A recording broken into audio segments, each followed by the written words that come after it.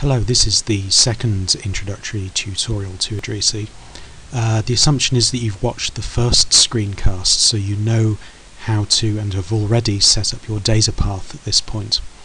And once we've set up our data path, which remember is the main working folder and resource folders, we can actually begin to do some work.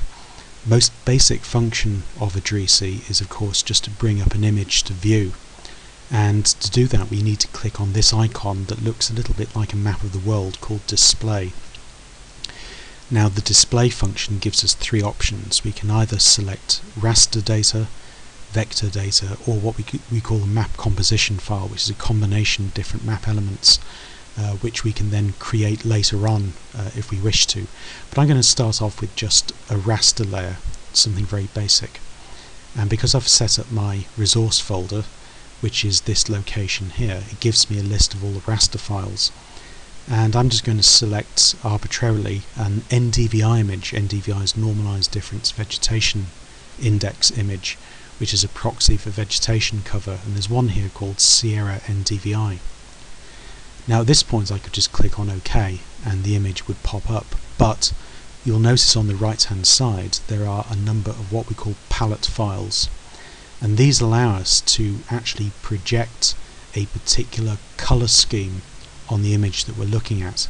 By default, the standard IDRISI palette is what we call a quantitative palette, which is 256 different colours, but it may not be appropriate for the sort of data we're looking at.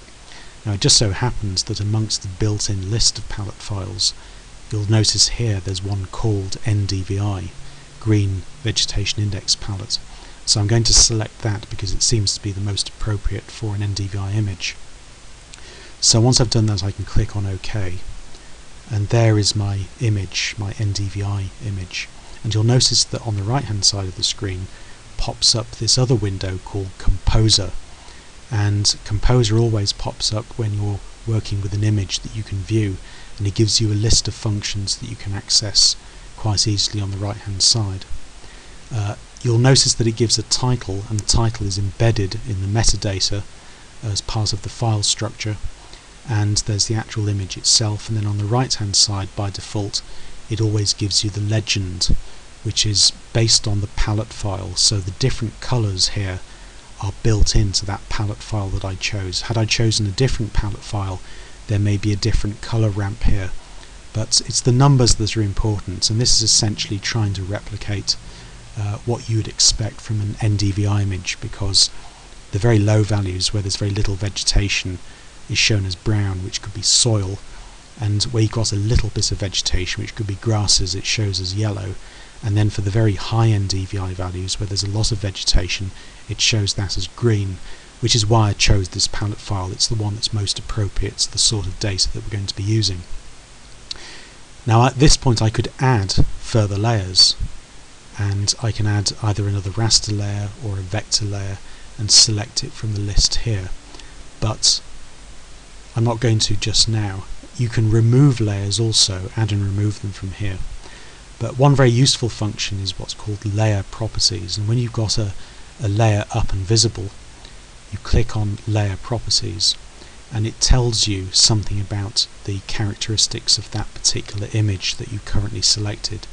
So it gives you the name, the type, the data type, how the information is actually stored in the file, the units, so it's in meters, the x and y coordinates of the corners, the number of rows and columns, and the minimum maximum values, all that kind of thing.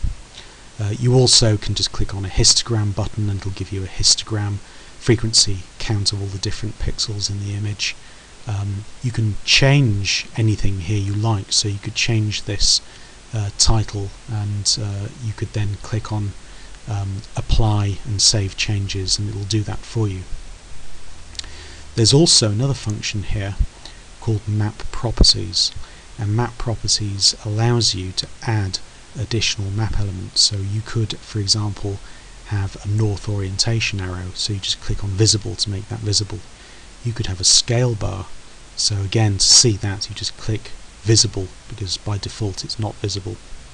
And then you could have a text inset where you have to nominate an actual text file name which has the text in it that you want to display already on your hard drive or somewhere in your nominated resource folder list, and then it'll make that visible. But I've just selected the scale bar, made it visible, and the north orientation arrow made that visible. So if I click on OK, there you see these two different scale bars have popped up. Now by default IDRISI just dumps them any old place, which is a bit annoying, so in order to make it look a bit nicer we can actually double click and we can drag it over to one side of the map or the other. So we can drag these down to the bottom right. Now again, by default it often puts units for the actual scale bar, so you can change that. If you go back to map properties and you go to scale bar, you can actually change the units text, and we know that it's in meters, so I'm going to type in meters and then click on OK, and you see it's updated it now. It says meters rather than units, and you have to remember to do that because having a scale bar with units is essentially of no use whatsoever. Now once we've actually got a map like this the way we like it, and we may want to put this in another document, in a Word document for example, or to put it on a web page, we can save it. And so we can click on Save Composition, and it'll save this particular area here, not the whole screen but just the area, just the image within this small image window. It'll save it to the clipboard, to a bitmap file, or in fact you can generate a new IDRISI image from it as well. So there are a number of different ways that you can actually save information in order to put it into a Word document or onto a web page somewhere else. All you have to do is give it an output file name. Of course you might say, well, where on earth is it going to put it? Well, if you recall, it'll put it in your temp, in this instance the temp directory, in your main working folder. That's where it puts all of the outputs. If you want to print it, then obviously you go to Print Composition. When you click on Print Composition, it'll come up with another dialog in a moment, and you can select the printer and the paper type and all that kind of business and go ahead and print that for you.